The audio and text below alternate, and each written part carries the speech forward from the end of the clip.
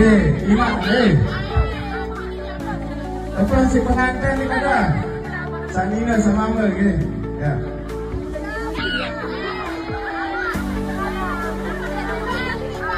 Nah, jadi begini kan, pada awalnya anak saya ini dibawa nikah, dilarikan gitu, tapi sempat saya pisah. Nah, setelah saya pisah aman-aman saja, bahkan sempat masuk sekolah. Tapi setelah 1 bulan nikah lagi dengan orang yang sama, dan dibawa ke luar pulau, ke Sumbawa dia. Dibawa lari ke sana gitu. Dibawa lari ke sana. Jadi menurut saya pribadi sebagai selaku orang tua, berpikir kalau sudah begini, saya laporkan ke Pak Kadus. Nah, kalau sudah begini Pak Kadus, menurut saya pribadi, alangkah baiknya kita nikahkan saja anak ini. Berhubung anak ini kan sudah saling mencintai lah begitu. Jadi kalau umpama sekarang saya mau pisahkan lagi, khawatir jangan-jangan nanti anak ini tidak mau pulang kan? Mau pulang. Dan siapa sih yang mau melihat anaknya kawin muda? Yang jelas mereka ini kan menikah mau sama mau, tidak ada istilah unsur paksaan. Atau juga pas ditanya kan dia jawab, menantu ini dia jawab, kenapa kamu bawa lari ke Sumbawa? Dia jawab, biar tidak dipisah lagi gitu. Takut dipisah lagi. Tahu dari abang, sebagaimana proses akad nikah berlangsung di tempat pengantin pria kan? Siapa saja yang hadir waktu apakah ada pihak pemerintah desa, dalam hal ini mungkin ada Pak Kadus atau seperti apa kalau boleh tahu? Kalau dari hasil informasi ya, karena saya tidak berada di tempat ini, langsung yang orang tua dari mempelai perempuan yang hadir di situ memang kedua belah pihak, ya. Orang tua dari perempuan dan beserta kadus dari sini ya, dari pihak perempuan, dan ada beberapa tokoh dari sini. Kemudian untuk di tempat mempelai pria disaksikan juga oleh kadus tempat. Iya, sama mungkin ada penghulu dan lain sebagainya. Nah, itu artinya bahwa pernikahan itu secara hukum Islam sah kan? Karena disaksikan oleh dua belah pihak. Hanya menjadi pertanyaan berikutnya di kita ya, ini terutama kenapa mereka dinikahkan? Nah, seperti yang saya katakan tadi, ada runtutan peristiwa yang mengharuskan ini orang ini untuk dinikahkan anak-anak ini dengan dasar bahwa mematuhi adat istiadat, lalu kemudian yang kedua untuk menghindari fitnah di masyarakat bahwa anak ini menghilang kemudian tidak dinikahkan. Kan ada pertanyaan-pertanyaan lain yang tidak mungkin bisa dijawab oleh.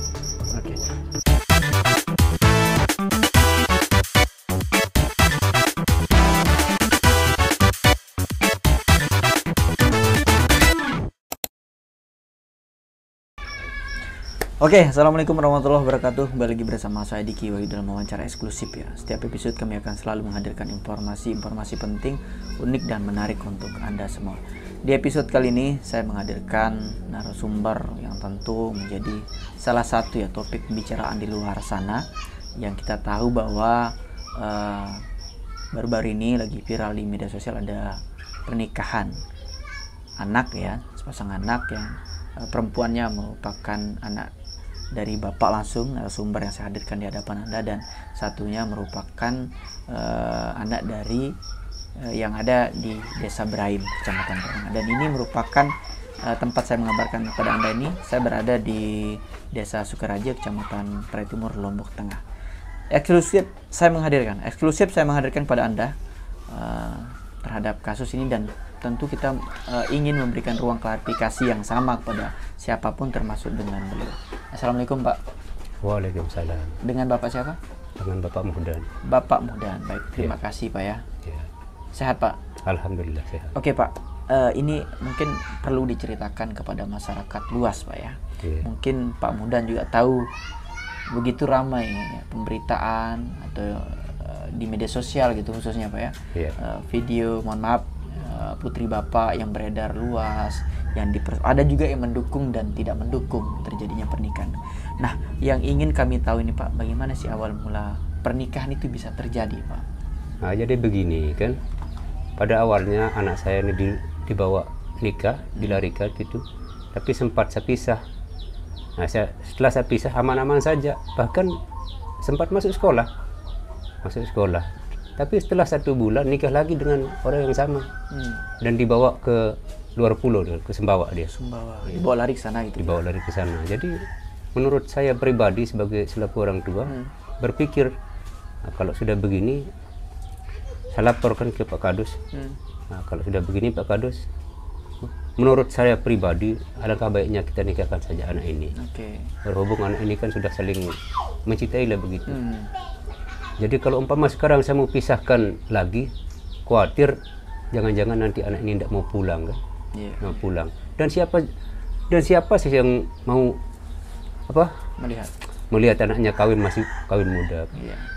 Oke, berarti saya pengen dapat cerita yang lebih lengkap. Awalnya dia dibawa, sebelumnya pernah diambil gitu ya? Ya, pernah diambil. Kawin lari lah mungkin. Kawin lari, ya. Tapi itu sempat dipisah? Sempat sepisah. Kalau boleh tahu itu kapan Pak? Bulan berapa ingat mungkin Bapak? Kalau tidak salah mungkin bulan 4, kalau belum bulan 4 atau bulan 5, kurang ingat gitu saya. Kurang lebih. Jaraknya kemudian dibawa lari kembali itu ke Sumbawa? Sebulan setelah itu. Ya, setelah itu. Itu dibawa dengan laki yang sama gitu. Laki yang sama, betul. Oke, menjadi menantunya Anda ya. Kan? Oke, waktu dibawa lari ke Sumbawa itu nggak ada komunikasi Pak? Nggak ada komunikasi dulu kan. Tapi seingat saya, HP saya kan dibawa sama anak saya. Oh, dibawa sama ya. Dibawa sama anak saya. Dan saya ingat betul nomor saya ada di sana, lantas saya suruh Pak Kadus yang telepon gitu. Oke. Nah, kalau sudah begini biar pulang, sudah senikah sudah kamu kan gitu. Baru dia pulang. Kalau dalam telepon, kalau kita boleh diceritakan Pak, apa bunyi dalam telepon waktu Bapak menghubungi anak yang posisinya berada di Sumbawa waktu itu Pak? Pas saya tanya, kenapa kamu ke Sumbawa? Kenapa kamu kalau mau nikah aja di sini? Dia bilang takut dipisah lagi gitu. Itu pengakuan si anak Bapak gitu ya? Iya. Takut dipisah kalau saya nikah atau dibawa lari di Lombok gitu. Iya. Setelah itu apa keputusan Bapak dalam telepon? Ya, saya berpikir begitu, sudah ambil kesimpulan itu satu-satunya jalan, bahwa karena di tempat kita kan namanya sudah masih kental namanya hukum adat, tradisi kita. Jadi ya saya putuskan nikahkan saja. Iya. Itu satu-satunya jalan. Kalau saya biarkan umpama saya tidak segera ambil tindakan untuk saya nikahkan, takutnya nanti yang ada timbul fitnah gitu loh. Berarti setelah itu ini pulang, anak-anak ini pulang, Bapak langsung melakukan proses akad nikah gitu Pak? Betul. Itu berlangsung di mana kalau boleh tahu Pak? Dia di Braim. Di Braim ya. Nah, waktu proses akad nikah itu Pak, apakah tidak ada yang terpaksa atau Bapak mempertegas kembali kepada anak Bapak, putri Bapak, bahwa kamu benar-benar mau menikah atau seperti apa? Apa Bapak tidak sempat tanya itu kembali Pak? Tidak sempat kayaknya. Karena sudah dibawa ke rumah pengantin pria. Oke, Pak, ada juga yang sempat heboh tuh Pak, soal beredarnya video putrinya Bapak, mungkin mohon maaf Pak, sekali lagi saya mohon maaf ini, terlihat ikut joget atau seperti apa. Itu sebenarnya kalau boleh tahu dengan kondisi itu bentuk kebahagiaan atau seperti apa? Ya, barangkali bentuk kebahagiaan lah. Soalnya dari sekalipun belum nikah juga, kalau dengar musik dia suka joget-joget. Oh gitu. Ya. Kalau boleh tahu sekarang posisinya kelas berapa sebenarnya putri Bapak? Kelas 1 SMP. Kelas 1 SMP. Kalau yang pria? Nah, kurang tahu ya kok. Tapi belum tamat ya sekolah katanya? Belum tamat mungkin. Oke. Soal umurnya sudah 17 tahun. 17 tahun masih. Ya. Oke, masih status anak lah kira-kira. Pak, sekarang kan ada yang terbaru nih Pak. Ini kan ada masuk, mohon maaf, laporan, mungkin Bapak udah dapat informasi Pak. Bagaimana perasaan Anda ketika ada pihak luar lah kita sebut ya, yang tiba-tiba melaporkan Anda di sini Pak, gara-gara Anda menyetujui bahwa anak Anda menikah dengan sesama anak gitu. Intinya Bapak bagaimana maksudnya? Siap menghadapi lah kira-kira begitu Pak ya? Ya siap lah. Nah terus berikutnya Pak, ingin saya cari tahu Pak. Waktu Bapak memberikan izin anak Bapak dinikahkan, Bapak sangat ikhlas atau seperti apa? Ya ikhlas lah. Ikhlas ya? Sampai sekarang nggak ada masalah Pak? Nggak ada masalah sama sekali. Oke, kalau Bapak sekarang hari ini banyak dibicarakan orang di luar, apa tanggapan Bapak? Ya kesel, ngapain orang kita kan mau selesaikan adat istiadat. Gimana kalau saya biarkan anak keluyuran, tidak saya segera tikah kan? Kan tidak enak didengar orang. Ujung-ujungnya kan aib gitu. Benar. Oke, berarti ini anak keberapa Pak kalau boleh tahu? Anak keempat terakhir. 4 bersaudara ya. 4 bersaudara. Oke. Kalau istri mendukung juga Pak ya? Ibu Ya, maksud saya. alhamdulillah mendukung. Oke. Pak, dalam kesempatan ini Pak, apa yang Bapak mau sampaikan kepada masyarakat yang banyak komentar di luar sana terhadap hal negatif terhadap Bapak? Kira-kira apa yang hal penting yang ingin Bapak mau bagi informasi kepada mereka Pak, yang tidak tahu peristiwa ini sebenarnya Pak? Yang jelas mereka ini kan menikah mau sama mau, tidak ada istilah unsur paksaan. Ya. Dan juga pas ditanya kan dia jawab, menantu ini dia jawab, kenapa kamu bawa lari ke Sumbawa? Dia jawab, biar tidak dipisah lagi gitu. Takut dipisah lagi. Takut dipisah lagi. Oke. Boleh tahu Pak, mas kawinnya berapa kemarin? 5 gram emas. Oke. Seperangkat alat mungkin? Enggak. Oh, enggak ya. Cukup. Oke. Pak, terima kasih atas waktunya. Semoga informasi yang bisa kami bagi ini bermanfaat dan bisa meluruskan informasi yang di luar sana, Pak. Amin. Sekali lagi terima kasih atas wawancaranya langsung dengan kami di sini, Pak. Semoga kita juga tentu berdoa, Pak ya. Semoga adik kita itu bahagia, dunia akhirat lah, Pak ya. Karena itu menjadi keputusan dan pilihan. Baik, itu dia wawancara saya secara eksklusif dengan orang tua dari pengantin pria. Sebentar lagi akan saya wawancara pendamping atau kuasa hukum dari orang tua pengantin wanita. Oke, saya hadirkan kembali ya. Ini salah satu kuasa hukum dari atau pendamping dari orang tua pengantin wanita ya, yang lagi viral. Ini ada Bung Hanan. Assalamualaikum Bang. Waalaikumsalam. Sehat Bang ya? Alhamdulillah. Sehat. Bang, ini kan menjadi sebuah berita besar hari ini kalau kita lihat Bang ya. Makanya penting mungkin kita ingin dengar nih keterangan dari Abang, khususnya sekarang ini kasusnya, mohon maaf, ini sudah disebut sebagai sebuah perkara atau kasus karena udah dilaporkan ke Polres Lombok Tengah. Ini yang dilaporkan tidak main, ini orang tua justru Bang yang akan jadi tumbal dalam ini. Gimana Bang sikap kita dan respon kita Bang hari ini? Baik, terima kasih Bung Diki. Terkait untuk kasus yang hari ini sangat viral ya, sampai sudah tembus ke nasional. Kalau kami sebenarnya ada hubungan keluarga ya sama bapak dari pengantin. Nah, hanya karena sekarang sudah ada yang melaporkan bapaknya, maka mau tidak mau saya harus mendampingi sebagai kuasa hukum. Nah, untuk kita menanggapi begitu cepat gerakan dari kawan-kawan ya LPA ya, kemudian ada gerakan dari teman-teman yang kemarin itu melaporkan orang tua, bahkan lalu kemudian penghulu, kemudian siapapun yang ada di situ. Ini kan kalau menurut pendapat saya dia terlalu terburu-buru, dan seharusnya ya kami berharap mereka investigasi dulu dong.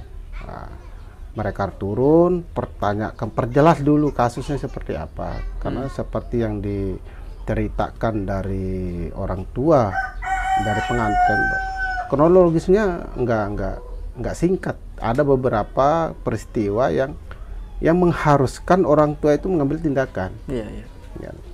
Pertama dia dilarikan, lalu kemudian berusaha untuk melakukan pencegahan, ternyata tidak berhasil. Nah, kembali dilarikan dan itu pun keluar pulau. Nah, ini kekhawatiran orang tua terhadap anak itu kan melebihi segalanya. Nah, ini yang harus kita pahami dulu, bukan lalu kemudian mereka ya, tanda kutip yang di luar yang hanya melihat peristiwa peristiwa nikahnya di usia dini, tapi ada runtutan peristiwa yang harus dipelajari dulu. Yang menurut saya ya mau tidak mau orang tuanya harus gitu. Yang secara hukum adat segala sesuatu itu diambil atas keputusan yang matang. Nah, hilangnya anak perempuan dari rumah orang tua 1 kali 24 jam dalam adat kita ya, dalam adat Lombok itu, maka kita harus pertanyakan dulu. Nah, Sesuai informasi dari orang tua pengantin, begitu anak ini menghilang kedua kalinya, lalu kemudian dikonfirmasi besoknya, dan dia menyatakan menikah, gitu. Lari untuk menikah, bukan lari sekedar lari atau kabur atau ada penculikan dan sebagainya. Pernyataan itu bagi kami orang Sasak sebagai adatnya berarti sudah mau tidak mau kan, karena mereka lari untuk menikah, bukan lari dalam konteks yang lain.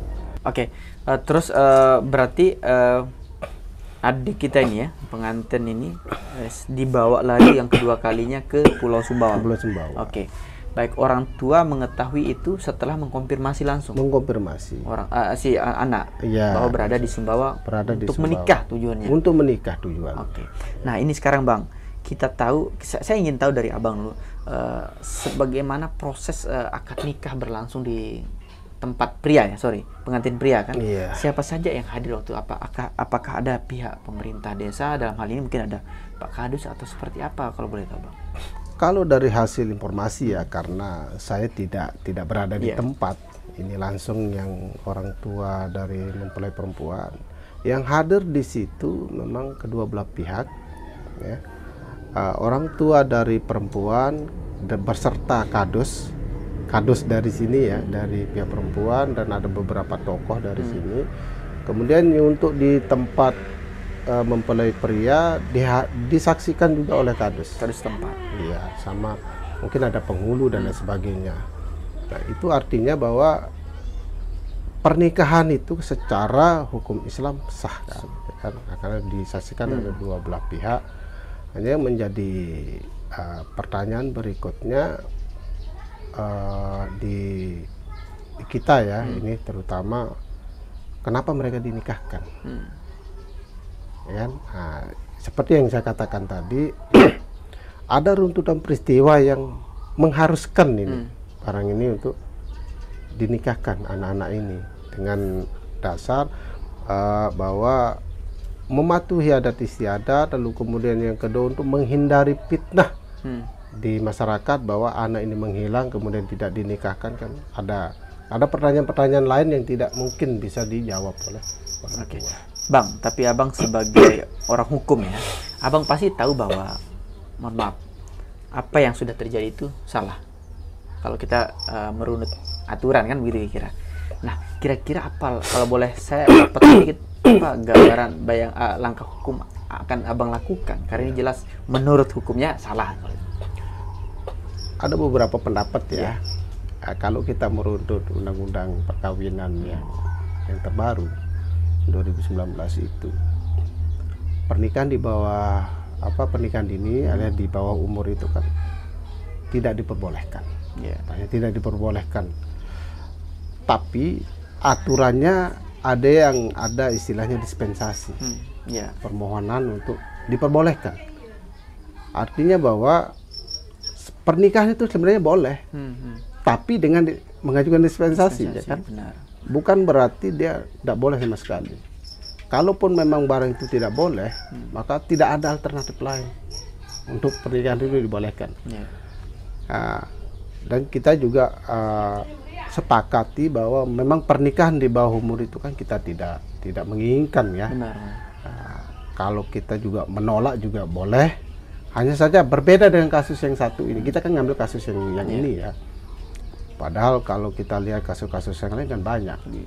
Ekstrim lagi malah kan sebenarnya. Iya, kalau kita mau telusuri ini kan, pernikahan di bawah umur ini kan kalau di Lombok sudah jadi kebiasaan, lalu kemudian itu hanya saja tidak terekspos. Memang kalau kita mau bilang aturan undang-undangnya tidak boleh, ya salah juga ya kan. Hanya untuk langkah berikutnya bahwa kami sebagai pendamping orang tua ini kan kita harus menjelaskan dulu kronologis kejadiannya ya kan? Karena menurut pendapat saya pada undang-undang itu penekanannya kan pemaksaan di situ. Ada kekerasan seksual terhadap anak bahasanya. Seperti kemudian ada pemaksaan yang dilakukan oleh orang-orang di luar anak ini untuk mereka melakukan perkawinan. Oke.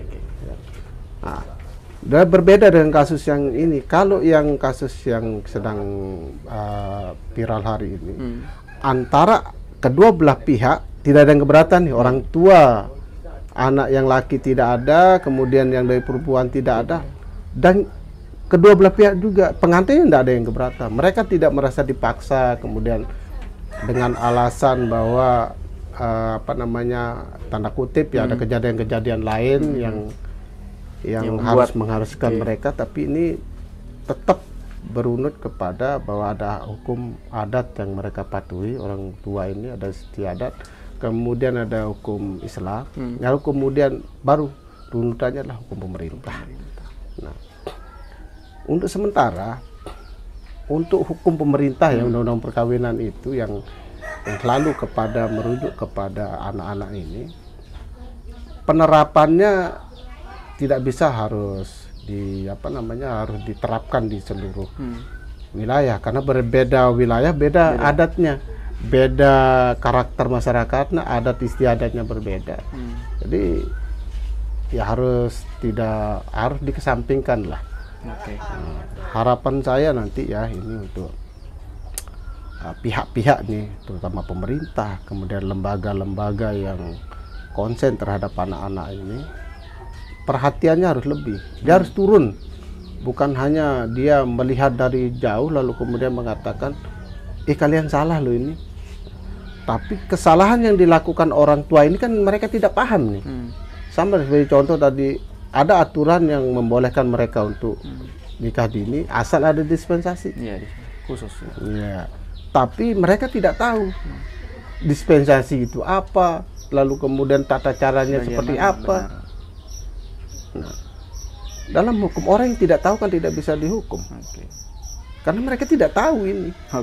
Itu masalah. Siap, thank you Bang Arnan ya. Informasi ini semoga bermanfaat dan juga clear di luar sana ya. Ada tanggapan dari pihak kita. Baik, itu dia wawancara kita secara eksklusif dengan orang tua dari pengantin wanita dan pendamping atau kuasa hukum dari orang tua. Sampai ketemu di episode berikutnya. Saya Diki Wahyudi pamit undur diri. Wassalamualaikum warahmatullahi wabarakatuh.